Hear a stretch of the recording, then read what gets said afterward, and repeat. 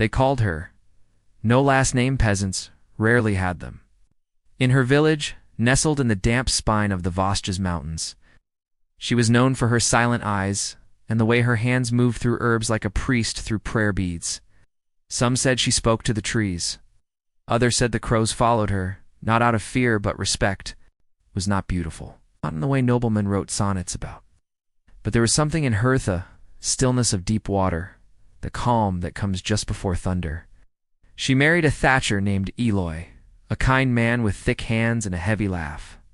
He loved her, though he never truly understood her, and that in the 14th century was a dangerous thing.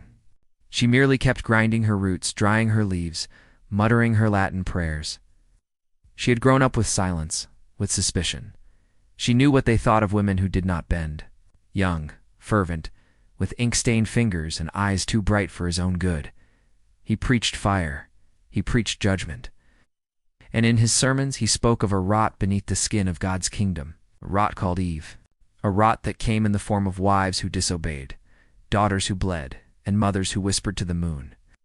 It had been healthy the day before. The village healer mumbled about demons in the feed, but an old widow one, who Dee once begged for healing salves and been refused, said the words no man wanted to hear out loud. Because in those days, a woman's mystery was not alluring. It was damning. If a woman could not bring forth life, then surely she was in league with death. The logic was flawless in its cruelty. The first sign was the cow. One morning, Eloy found their only cow lying stiff in the straw, eyes rolled back, foam caked around its mouth. Witchcraft. What man sleeps beside a witch and wakes up whole? That single word spread faster than fire through dry thatch, heard the whispers. Of course, she felt them like frost on her skin, but she did not plead, did not weep. They said tears are the mark of repentance, but witches have no soul to mourn.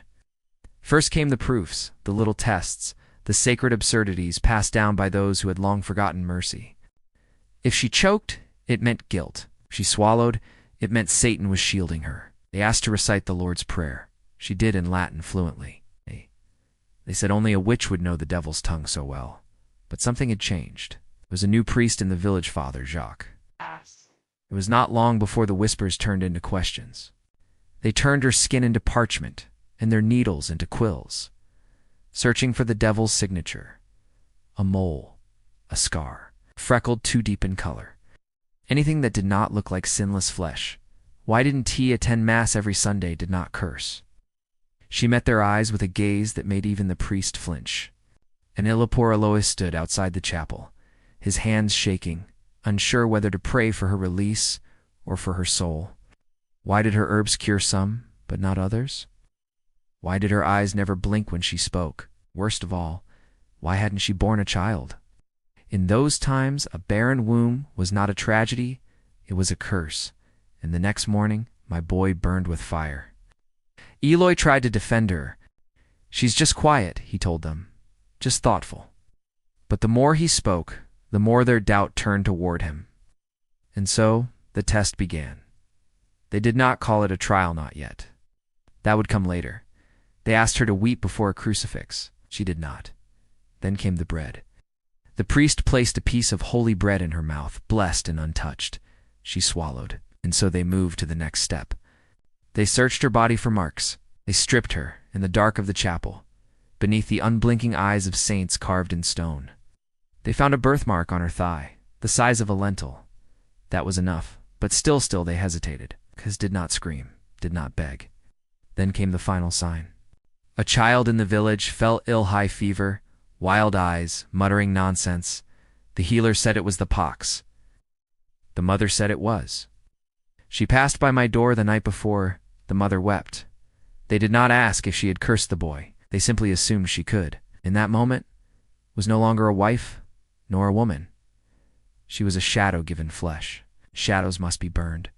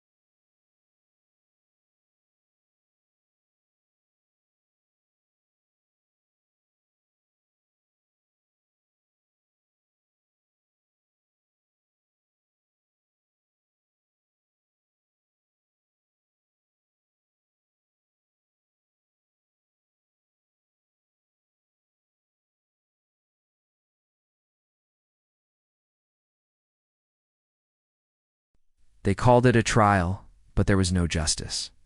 Only dry straw, coarse rope, and men who had decided her fate long before ever entered the hall. The chair she sat in had no backrest. A symbol. A woman without God deserves no support. Before her sat a wooden table where 3 men rested their hands, a priest, a local baron, and a magistrate from the city. None of them asked anything beyond, "Do you confess?" She shook her head. No words, no rage, only the silence of deep water. Eloy sat among the villagers, far to the back. They edged away from him, as if he, too, had caught the taint. His eyes were red. His calloused hands knotted together, as if he could still hold on to something melting away in the rain. He remembered their wedding night. Agnes hadn't smiled, but her hand on his cheek had felt like a blessing. He remembered the time she cured his mother's fever with bitter tea the old woman once called witch's water. He remembered everything, but no one asked him. No one cared.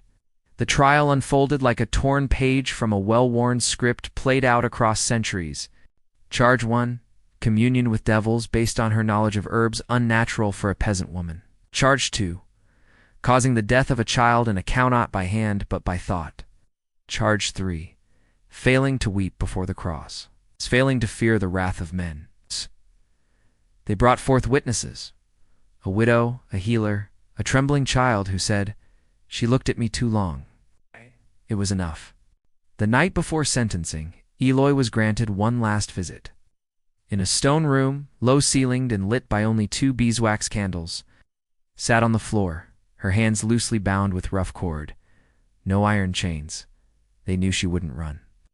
Eloy entered like a man lost in a dream, bone-tired. She looked up at him, not cold now, just tired. "They'll burn you," he whispered, his voice cracking. "I know."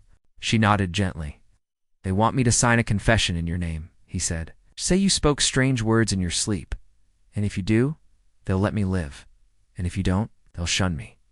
No work, no land, no home."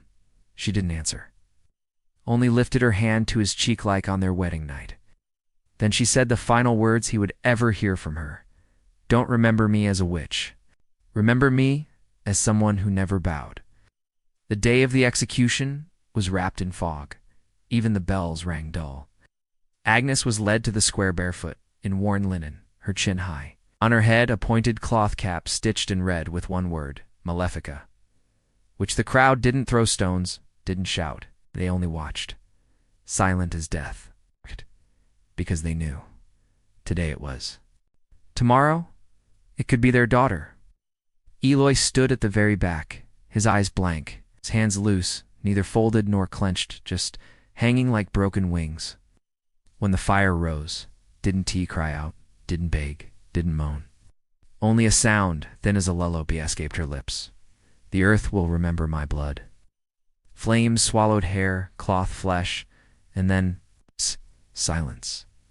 3 days later it rained gray for a week. Trees wilted, children burned with fever. A hen laid an egg streaked with blood. Another woman was beaten for salting her soup too heavily. And once again, someone whispered, "Witchcraft." But no one spoke of the truth. That the real danger was not magic, but a world where a woman had only 2 choices: submit or burn.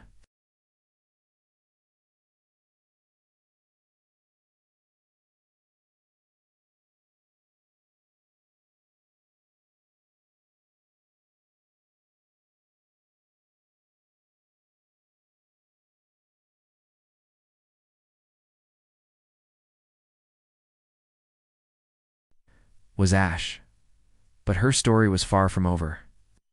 The flames that swallowed her body were not hers alone. They belonged to something much older, something vast, silent, and patient. A system, hunger, but of parchment, pulpits, and fear. A machine built not of cogs and steel. You see, Agnes didn't die because she was evil. She died because she was out of place. In the Middle Ages, a woman's worth was measured in 3 things: how many sons she bore, how obedient she remained, how silent she stayed. Failed all 3, and so the system moved. Not out of cruelty, but out of order. The church, that iron spine of the medieval world, had declared centuries before that a woman's tongue is the devil's gateway, that her body was temptation, her blood a curse, and her thoughts, if left unchecked, capable of tearing Eden apart. So when women healed the sick with herbs instead of saints, when they read instead of recited, when they questioned instead of bowed, the church did not need to prove they were witches. It merely needed to assume they were. Every strange dream, every miscarriage, every failed harvest needed a cause. And women who did not conform were convenient culprits. One confession was enough to spark a fire. And if that confession was tortured out of you, even better. The devil flees when his servants scream. But it wasn't just priests with burning eyes and heavy crosses. The law had its own hand in the flame. In most courts, a woman was not considered a full person. She could not own land without a husband. She could not testify against a man. She could be beaten legally, so long as the stick wasn't thicker than a thumb. And in some towns, if she cried rape, she needed 4 male witnesses, or it never happened. In this world, being right wasn't enough. Being female meant you could never win. Then there was the crowd, the neighbors, the ones who had borrowed your bread, your thread, your firewood. They didn't need to hate you. They only needed to be afraid. Because once the fire lit, to defend a witch was to question the judgment of God, and to question God was to offer your own neck to the rope. They stayed quiet, so they watched. And then they swept the ashes from the square like they were dirt, not memory. And what of love? He tilled his soil and drank his wine, and when the moon was full, he stood by the burned stone where the stake once stood. What of Eloy? He lived another 13 years. Never remarried, never left the village. He never spoke her name again. But each spring, white flowers grew on that spot, never planted, never tended, just there. The villagers called them widow's tears. They never dared to pick them. What burned wasn't fire. It was a world that believed a woman who knows too much is dangerous. A world that built pulpits to preach obedience, laws to punish curiosity, and bonfires to erase the rest. And those flames, they still flicker, in silence, in shame. And every time a woman is told to sit down, shut up, smile more, the machine may have changed its name, but it still runs.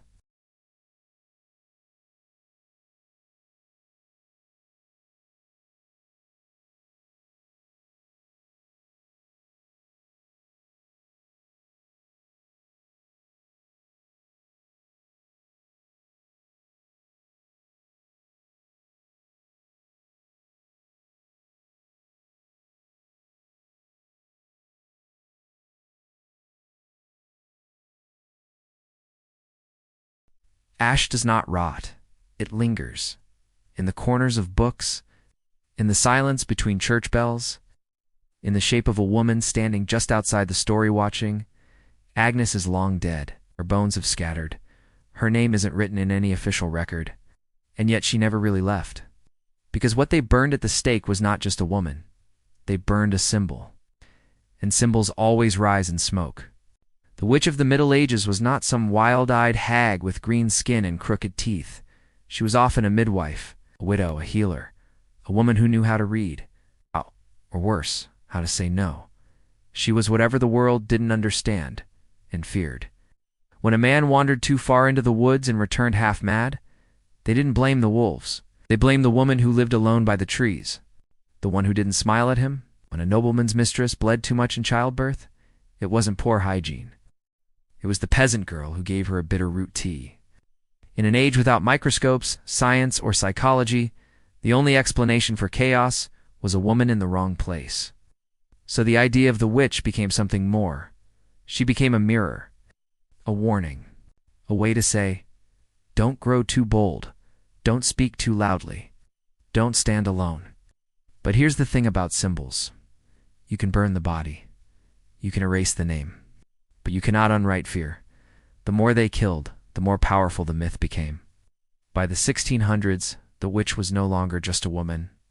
She was a monster, and yet, even as she was demonized, she was also romanticized. Men feared her but couldn't stop staring. Poets wrote of dark women with storm-colored eyes. Artists painted her naked under the moon. The church raged at her but secretly collected her confessions like trophies. And in the shadows of all this, women remembered. They remembered what it meant to be punished for being clever, for surviving childbirth too many times, for being too beautiful or not beautiful enough. And so the story passed on, not through history books, but through lullabies, fairy tales, secret recipes, a grandmother's warning, a mother's silence, a daughter's sixth sense. The witch didn't die. She went underground. She became a ghost who whispers at the edge of tradition. She became every woman who dared to live her life with her spine straight and her eyes open. Today we laugh at those old trials. We scoff at the absurdity of throwing women into lakes to see if they float. We shake our heads at the thought of torturing someone for a birthmark. But we still judge women for aging. Still call them witches when they raise their voices. Still tell little girls they're too loud, too bossy, too much. We just don't light the pyres anymore. Now we burn them with silence, with mockery, with disbelief. But fire is fire.